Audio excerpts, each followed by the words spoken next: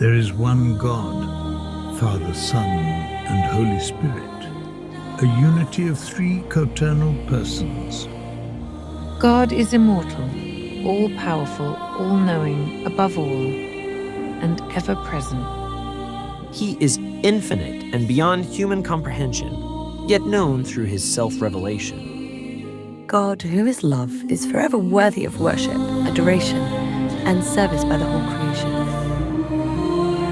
Reference scriptures are as follows: Genesis 1:26, Deuteronomy 6:4, Isaiah 6:8, Matthew 28:19, John 3:16, 2 Corinthians 1:21-22, 2 Corinthians 13:14, Ephesians 4:46, 1 Peter 1:2.